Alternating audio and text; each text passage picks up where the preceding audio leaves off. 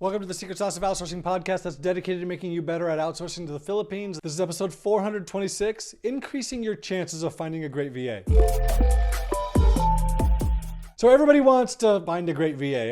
Everybody wants to have someone great working for them. Few people are willing to put in the work required to find someone great. Everybody wants to just get a referral. How can I get a referral? You can't. It's the reason you can't get a referral is because you can't get a referral. If someone has a great VA, they're not passing out referrals to that person so that you hire them and I say, hey, oh, you're only making $10 an hour over there. I'll pay you $14 over here. It's just not, that's not the way this works, even though it's the way you want it to work. So in this episode, let me give you some advice on how to increase your chances of finding someone great. First, where you hire matters. Obviously, you're listening to a podcast about the Philippines, but I get a lot of people that are like, oh, I have this really great idea for you. You should start this, sign an NDA for me. Like, no, I'm not gonna sign an NDA for you. Just tell me what your idea is. Okay, fine. How about we start this business in Venezuela? There's really great people in Venezuela. Yeah, I'm not gonna do that. What do you mean? Why not? It's such a good idea. No, because people have a better experience in the Philippines. I know you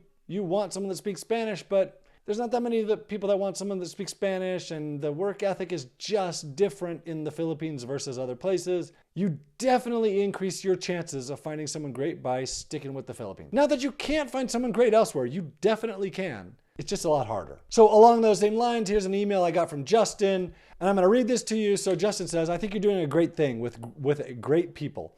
We've had just great success when you find the right helpers.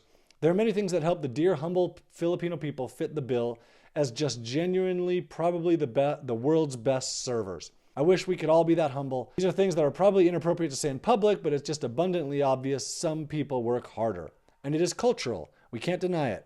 Probably has something to do with their family faith, upbringing. There's just a diligence interwoven into the fabric of Filipino society that is not normal. And yeah, that it's not normal in most other cultures. He continues, anyway, I think your service is better than Upwork in that, one, tracking time brings peace of mind for both parties. Accuracy matters. There's always ways to cheat for the genius few. Two, trust is the ticket. Allowing for a background check is just a lot of foresight. So you just increase your chances with the Philippines. Next, let me give some specific tips of how I find great people and how I increase my chances right up front. So you're going to go to Onlinejobs.ph, you're going to search for the skill you're looking for, you're going to post a job, or you're going to post a job wherever you're going.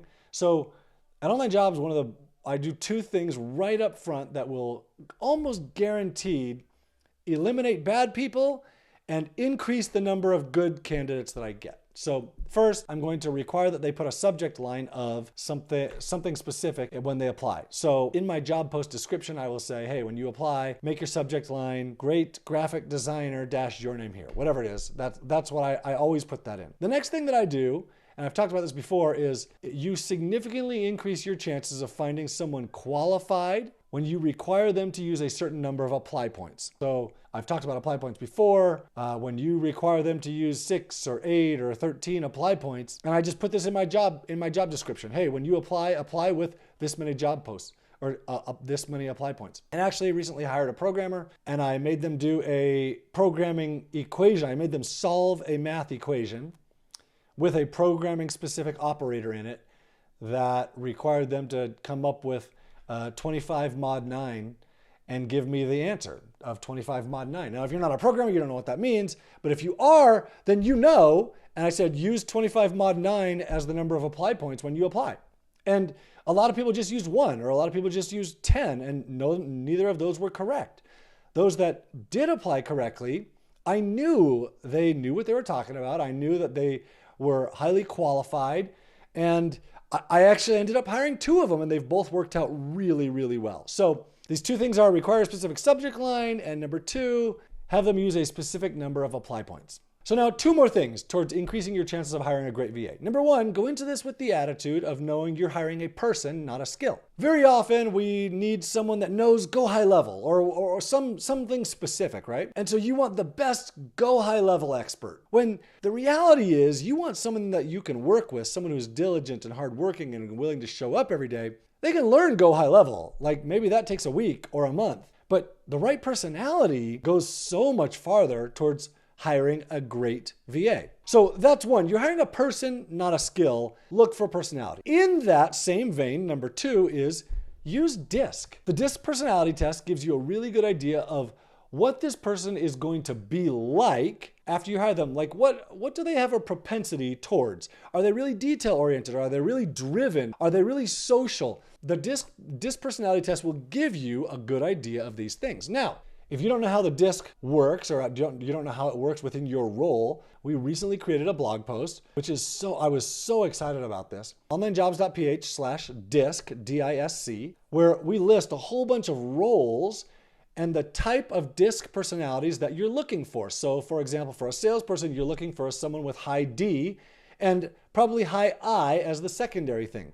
Well, now that you know you're looking for high D, high I, when you get job applicants, if they are high S or high C, well, that's not the right person for your role. And not that that can't be the right person for your role, but you just increase your chances by hiring the right personality type. If you're hiring someone to do data entry, that's different than someone who's going to do sales. You want a different personality type because someone with high S and high C are going to be a much better assistant. They're conscientious, they're detail-oriented, they're going to show up every day. That's a much better situation than someone who's really a driver and they really want to push things. That's not a great assistant. That person is a salesperson. So I think that was 5 tips for today. Sum those up. They are go to the Philippines. You just increase your chances by going to the Philippines. Your chances are just higher. Number 2, when you're making your job post, make them do specific things in order to get your attention, in order to get in front of you. Don't waste your time looking at crappy applicants that are not qualified for your job. That significantly increases your chances of finding someone good. Number 3, you're hiring a person with a personality, not a skill. And then number 4, look at the personality. Look at the DISC and match their DISC profile with your role's DISC profile, and you'll get the right kind of person.